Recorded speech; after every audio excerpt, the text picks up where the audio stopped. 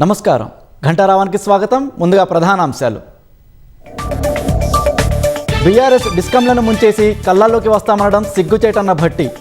అసత్యాలతో వార్తల్లో ఉండేందుకు చూస్తోందని మండిపాటు.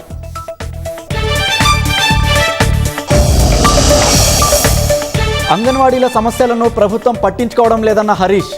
2 నెలలుగా జీతాలు కూడా అందడం లేదని ఆవేదన.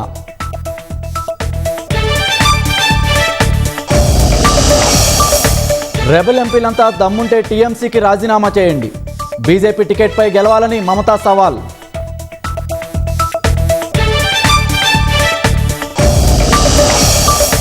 మరోసారి నెత్తిరోడిన పాకిస్తాన్ ఆక్రమిత కశ్మీర్. అల్లర్లలో భద్రతా సిబ్బంది సహా 30 మంది మృతి.